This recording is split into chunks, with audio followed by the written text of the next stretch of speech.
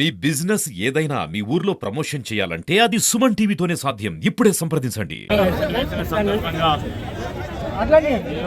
పరిధిలోని అనేక మంది కార్యకర్తలు, నాయకులు, ప్రజలు, మహిళా సోదరులు వాళ్ళందరూ కూడా పెద్ద మొత్తంలో ఆశీర్వదించడం జరిగింది. వాళ్ళందరూ కూడా ప్రత్యేకంగా ధన్యవాదాలు, కృతజ్ఞతలు తెలియజేస్తూ రానున్నటువంటి పార్లమెంట్ ఎన్నికలలో బీఆర్ఎస్ పార్టీ అభ్యర్థులు పెద్దపల్లి పార్లమెంటుతో పాటు ఈ రాష్ట్రంలో ఉన్నటువంటి అభ్యర్థులందరినీ కూడా తప్పకుండా గెలిపించేటువంటి గొప్ప నిర్ణయం ప్రజలు తీసుకోవాల్సిన అవసరం ఉన్నది.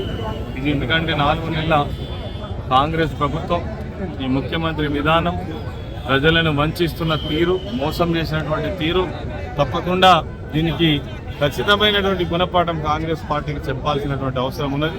లేని పక్షంలో మరింత రెచ్చిపోయి ప్రజలకు ఇదివరకు ఉన్నటువంటి అనేక సౌకర్యాలన్నీ కూడా గుంజేసి వాళ్ళ ఇష్టారాజ్యం చేసేటువంటి అవకాశం ఉంది. అందుకోసమే కేసీఆర్ నాయకత్వం కావాలి.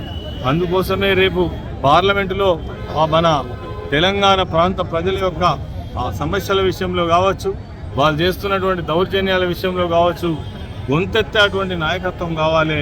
ఇప్పటికీ అధికారం చేతులు పెట్టుంటే ముఖ్యమంత్రి అనే అతను రైతులను చెప్తూ కొడతా అంటాడు, మంత్రులు చెప్తూ కొడతా అంటారు, హక్కులు అడిగితే జైళ్ళలో పెడుతున్నారు, కక్ష సాధింపు చర్యలు చేస్తున్నారు. వీటన్నిటికీ ఒక చరమగీతం పాడాలంటే ఈ ఎన్నికలలో తగిన గుణపాఠం చెప్పాల్సినటువంటి అవసరం ఉన్నది.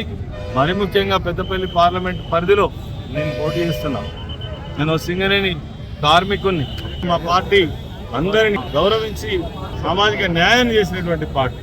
వాళ్ళు సామాజిక న్యాయం పాటించమని ఇప్పటికే క్వశ్చన్ చేస్తున్నా. నేను మీ బిడ్డను, ఇక్కడ పుట్టి పెరిగిన వాడిని, రేపు చచ్చిపోతే కూడా ఈ మట్టిలో కలిసే వాడిని.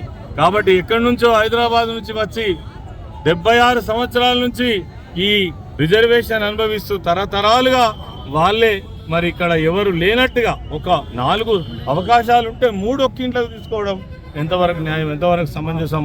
ప్రజలందరూ కూడా ఆలోచించాలని నేను మీ సేవకుని. అన్నా అంటే నేను ఉన్నా అని వచ్చేటువంటి వాడిని. మాకు 24 గంటలు ప్రజల్లో ఉండేటువంటి నాయకుడిని తప్పక నన్ను ఆశీర్వదించాలని కోరుతాను.